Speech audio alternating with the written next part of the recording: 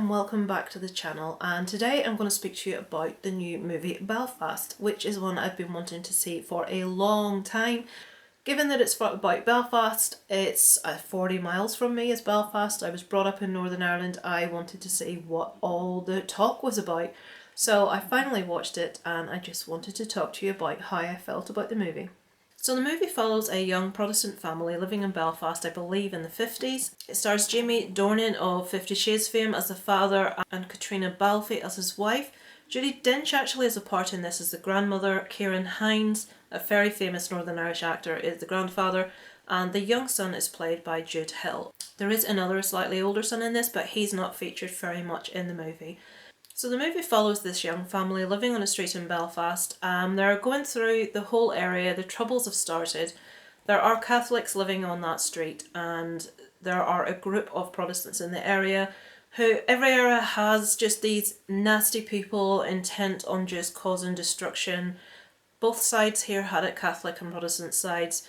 But this particular area, this Protestant gang, want the Catholic families out of their homes. They don't want any Catholics living there. This is something that did happen a lot.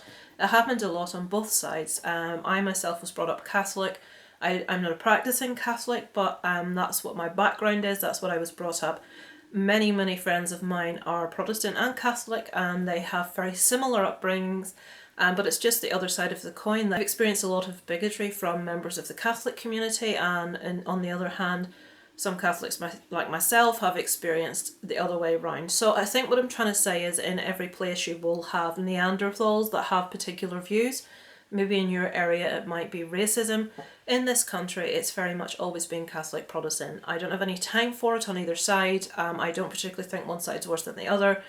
I was really hoping to go into this movie with it not being about the Troubles, because no one had actually very specifically said in the reviews that I watched what it was about other than it was a feel-good movie, which I will say it was, but it did have that undertone of the Troubles running the whole way through. The particular gang are trying to influence Jamie Dornan's character's sons, to do little favours, deliver this thing here for me, and that obviously invariably turns into involvement in paramilitary organisations. They try to get the kids young, and as they grow up they get involved in things that they really shouldn't be getting involved in. So this young father is wanting to keep his sons out of this. They're wanting to live a quiet, normal, law-abiding life, and they have a lot of trials and troubles. He's working in England to make money for his family back home because there isn't enough jobs because of the trouble situation. And he's like standing out as a traitor in his street because he won't side with the Protestant gang members that want the Catholics out. So that's your basic premise, but we follow all of this through the eyes of a young boy played by Jude Hill. His only interest is a crush that he has on a girl in his class, is trying to get smarter so he can sit closer to her as they sit the kids in order of intelligence, and he wants to be smarter so he can sit next to the smartest girl in the class. Everything's viewed through very childlike eyes, but there are bits where we see the sort of some complexities of adulthood and troubles that they have interspersed with like the magical nature of childhood and things the little boy is experiencing. And I think it does present a very accurate portrayal of what was going on at the time. Obviously a lot worse was going on, but I think this movie wasn't about that. It was just trying to give you a tiny snapshot of what it would be like growing up as a young boy at that time. And I do think it achieved what it set out to do. I do think it was very accurate in that. I do have some small issues with it. Perhaps being from here, there would be things that I have that other people may not have.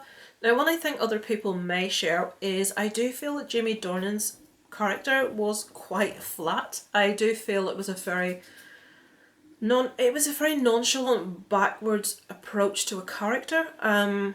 He was very staid and stilted, and you could say, well, a lot of men are that way, especially back in the day, and I would agree with you, but there are scenes where he's dancing in the street. There's a scene where he's singing Everlasting Love and he's like really showman-y, and that side of him doesn't come out through the rest of the movie. It's like two completely different individuals, and it just didn't fit for me. And I know a lot of people love that scene, that breakout scene where he's singing and everything's really joyful, but that didn't sit well to me with the character that he was. I just felt he was a very dull man, to be quite honest. His father, on the other hand, Ciarán Hinds' character, was as accurate as you could get to a Northern Irish man. The mannerisms, the way he spoke, different things he said. I know some people have struggled and had issues with the accent, which I understand because we do sometimes speak very fast. There are colloquialisms in there that maybe wouldn't translate outside of Northern Ireland. But his performance, Ciarán Hinds, that is exactly what you will get in Northern Ireland, a man of a certain age. He just ticked every box. Just his entire manner, how he spoke, how he presented himself, expressions. Obviously he's a Northern Irish actor, so he will, but I loved his character. I just felt he was a very authentic man. The wife, I did really like her character, but I feel she could have been a little bit rough around the edges.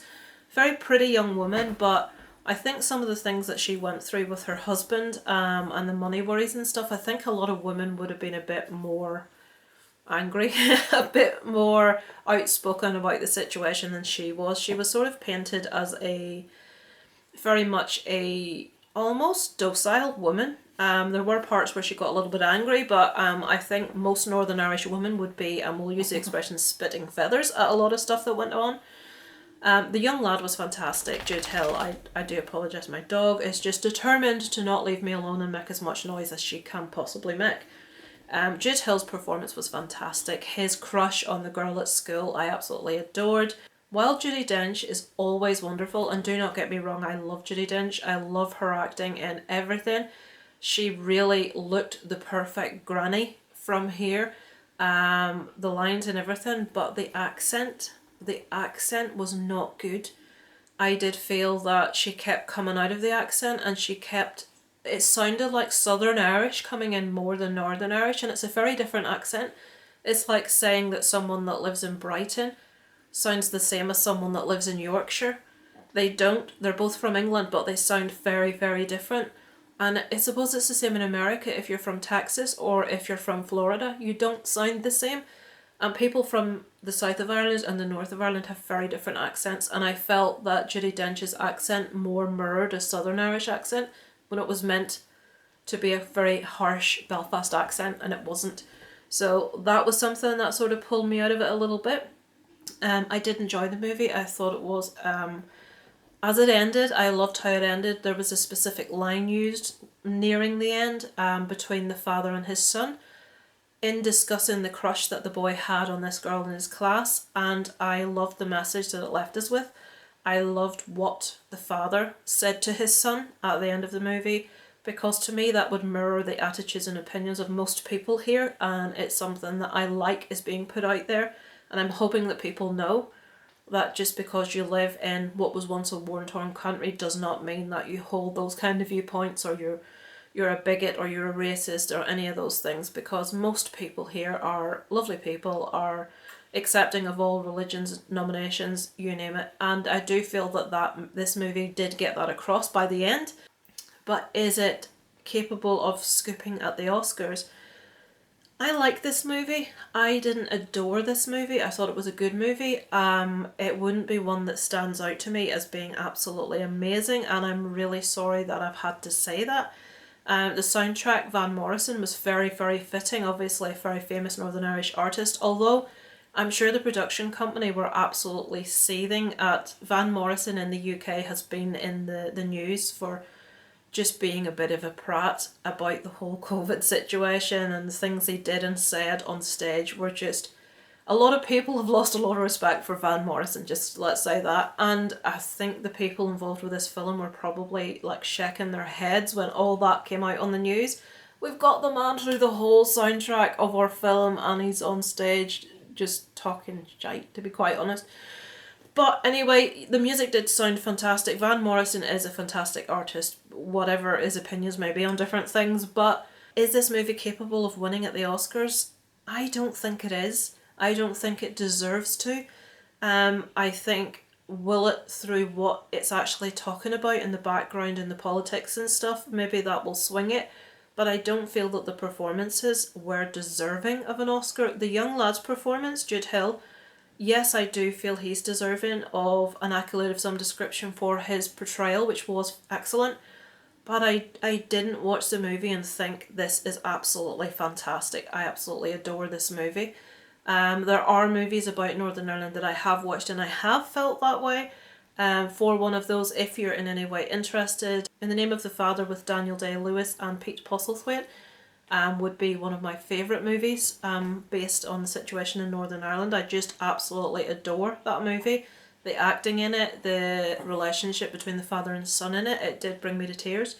And it is based on a true story, so I would recommend that one to you. But Belfast, yes, I do recommend it for people to watch it. Did I think it was absolutely fantastic, amazing? No. Did I think it was a good movie? Yes. And that's a really long-winded way of telling you that, isn't it? So yeah, go out, check out Belfast, guys. Tell me what you thought below in the comments. If you're from Northern Ireland, I'd be really interested to hear. Did you feel it was true to life? Did you feel the characters were believable? Just let me know in the comments. I always look forward to seeing what you've got to say. And thank you for watching. Over and out from Lisa Loves.